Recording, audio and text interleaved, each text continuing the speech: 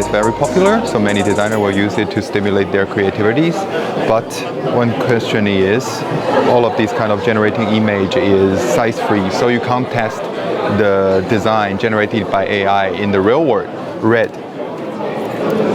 Japanese style. This system is connected to Midjourney, so then they will generate some new things after around 30 seconds. Now it's green, but after next refresh. So then you will see some Japanese style and you can test the design. こちらは、見る角度によって変わる、ハニカム構造を模したシートです。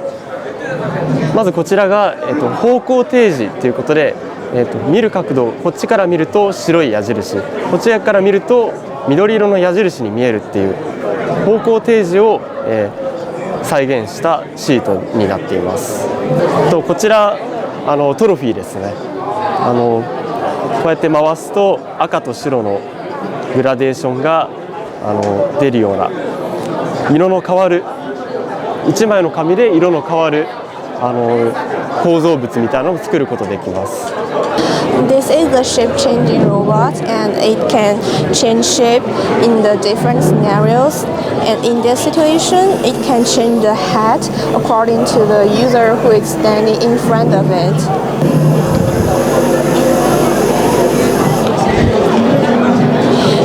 And we use the inflation to complete it. It's basically just a 14-segment display. You select we use 14 electromagnets to control the 14 iron bars, so as to display whatever character or numbers, whatever you like. So my project is about create a musical mealtime ensemble for family meals, and I list 5 types of food, and each type of food will represent one instrument.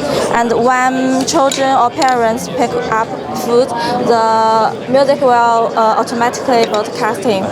Yeah. Today we are collaborating with AI to make art. So for example, here a child has made their envisioning imagination of what an apple looks like to them. So because we are collaborating with AI, so we need context. So we have to give it at least a minimum of 1 word. So we type in, we tell it to generate.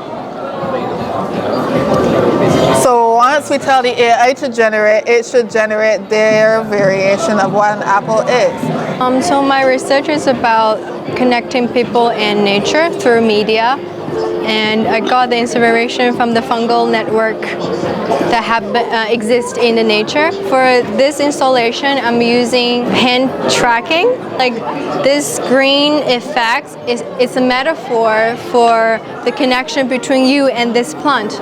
Then you will follow your hand. So the particles will follow your hand.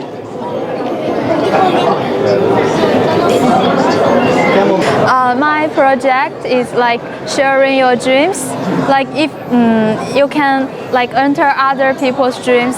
And today I collect like every strange dreams, like zombies and 妹を卵焼きにした可愛い dream.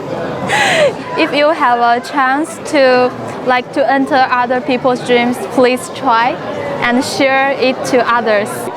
私の研究ではアナログメディアとデジタルメディアのいいところを合わせた研究をしています。手紙などでは文字とかがあるのでより気持ちが伝わりやすいかと思います。一方 LINE や Instagram などのデジタルメッセージではそういう早いけど気持ちが伝わりにくいというのがよくあるかと思います。そこで私はアナログメディアとデジタルメディアのいいところを合わせた最新のコミュニケーションシステムを作っています。今この実験ではどのアナログメディアの素材が一番いいかの選定する目的で今このワークショップを行っております。ここは紙、固まらない粘土、固まる粘土の3つの素材で後でその一番最も票が高いものを素材にする予定です。ありがとうございます。My project means like about future of instruments. So what kind of instrument that I want to create is like we have a water, interactive water with touch tactile. So we can basically create our own sound by manipulating the water sound to make it more relaxing. And what if we can actually try to manipulate this sound of water and try to create a new hand gesture movement, and eventually we can create a new way of making a musical instrument. So each person has a different hand gesture movement. So how can we actually create this to begin with making a musical instrument? 私の研究は、VR で植物の見た目を変わると人間が本当の味わう味がどのような変化ができるかという研究です。今のプロトタイプは、本当のクッキーのテクチャーを食べれないもののテクチャーに変わって、結果は、今体験した人から聞くと、この食べれないものの味が想像して味わえるという結果です。こちらのデバイスなんですけれども、映像を体で感じられるようにするという触覚ディスプレイと、そのシステムになっております。基本的には、映像から触覚を自動生成するようなアルゴリズムをかませておりまして、例えば、映像の明るいところが強く感じるような、そういった単純なアルゴリズムで動いています。で、刺激の方法として振動ではなくて人の皮膚をひねる方法によって、刺激を与えています。それによってすごくシャープでかつ高解像度な触覚提示ができるというのが一つの特徴になっております。これはバスケットボールの映像に振動の負荷をしている映像で、このバンバンっていう床の音が足の裏から鳴ってて、で足首については選手のステップに合わせて振動が鳴ってます。で今はこういう映像に一つずつ自分で手動で音を足してるんですけど、将来的にはこういったものが、映像から自動で、選手のプレーに合わせて振動が抽出できるようになると、選手のプレーと、ライブの観戦している観客席が、一体となってこの振動体験ができるっていうところが、面白いのかなと思ってやってます。Emotion detection technology in VR. We have this small little device. It's called an Emotibit, and using this device we can actually measure your emotional state. So from this device there's a machine learning model which kind of gives these kind of avatars. Depending on that, our avatars will change, and we have these small robots which will come closer to each other. If you feel sympathy, they will be closer. If you don't feel sympathy, they will start moving away from each other. The idea of this project is that I'm exploring different ratios in which our bodies can connect with our remote bodies. So for example, every day we have limitations, for example, how long our arms are, how tall we are, and I can't reach something that's, like 3 meters away from me. But if I can have a robot do that for me, using an interface that's directly in front of me, I can simply press a button, start moving my hand left and right, and you'll see the robot over here starts to move wherever I tell it to go. Now, another option that we can use these remote bodies for, as opposed to just going to places and grabbing and pulling objects, is we can use them as a form of art and media expression. Now it's just me controlling the robot, but as I move it around, I can have it draw a trail wherever I tell it to move. If I wanted to stop drawing a trail, I can use an identical robot with a light, and then I can have the robot draw a picture for me. はい、このプロジェクトは、東京都昭島市をフィールドにしておりまして、昭島にあるフードバンク昭島というところで今調査をさせていただいております。このフードバンクでは食品のみの食品とかの印象があるかと思うんですけど、食品以外にも日用品だったりとか、そこには礼儀作法を教える方々がいたりとか、直接的にドネーションをするっていう中でさまざまな、木で表したんですけど、こちら枝が生えていると思っていまして、その中で私はあくまで今回は日用品というところに着目して研究をしております。My research in Itoma is under the Aging Community Sub-Project, and it's about making collage using AR printing technology. So we try to help these elders to talk and converse with each other and have a self-reflection section through basically a collage making session, and you can use all the tools and everything. And through this video that are printed, AR printed videos, then we want to have all the elders in the community over there to actually talk and converse and have an immersive experience on sharing their stories towards each other. I'm from Itoma, Accessing Cultural Experience, and my project is about Tell Me About It. It's a poem. Tell Me About It, the basic idea is about the mental issue about imposter syndrome. We are introducing this idea to people from KMD especially, because sometimes you feel people have different skill sets and you will be feeling like maybe I'm not smart as everyone, and we want people to feel like my accomplishments are valid and to build up their self-confidence through this little card. My project is in this sub-project Inclusive Employment. My workshop, what I'm doing now is my workshop is about the beads, and we collaborated with a Japanese pharmacy company who hire the people with the disabilities, and their daily job is ironing the clothes, doing the laundry. So take what they can do as a starting point. So through this kind of activities, they can just wear this crafting as an accessory and show people what they can do instead of what they can't do.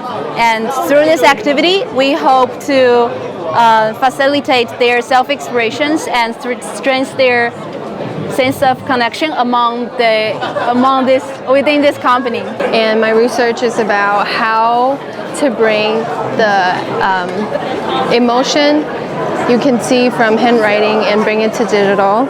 And during the one semester in New York in GID program, I was able to collect over 300 results of random people's anonymous handwriting. It's about colors and emotions. I'm collecting people's data on how they are like seeing their emotions as color. There's happy, sad, fearful, angry, disgusted, and surprised. And then after they are recognizing their emotions, we will build the color palette, like Joseph Albert's Homage to the Square, into their own emotion of colors.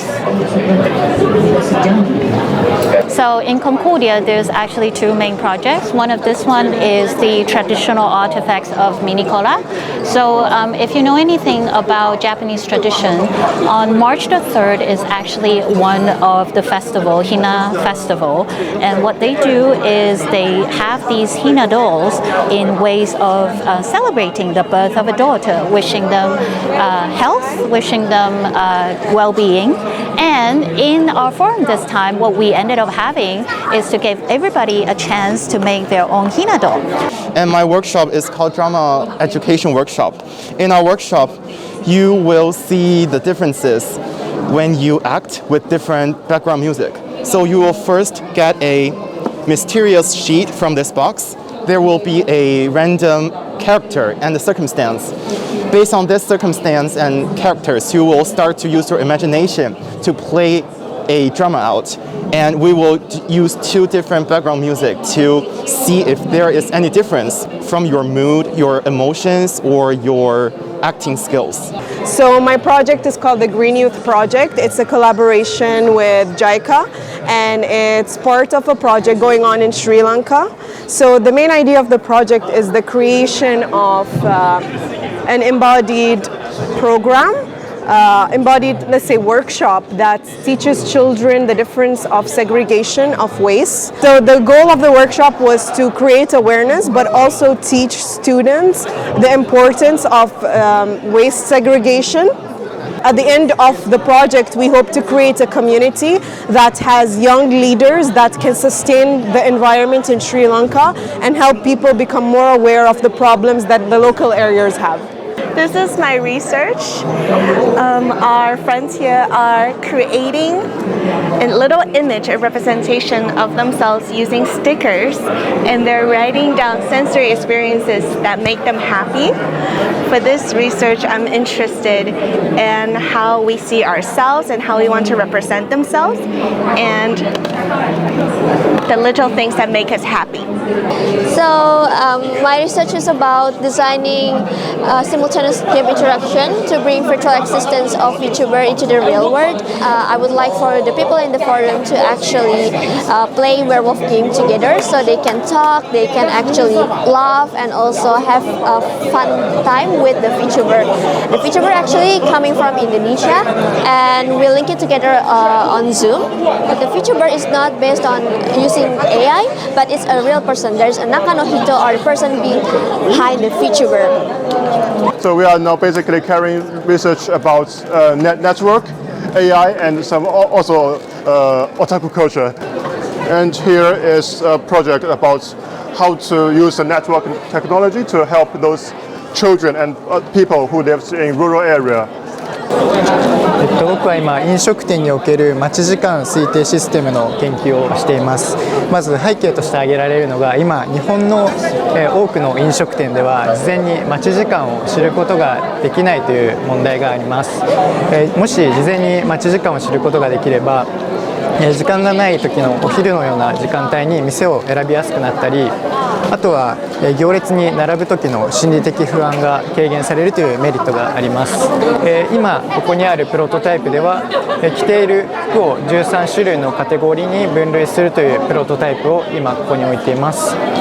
今後はこの情報に加えて服の色であったり、人の骨格などの情報を出力してできるだけ個人が識別できるような方法を今後は考えていきたいというふうに考えています。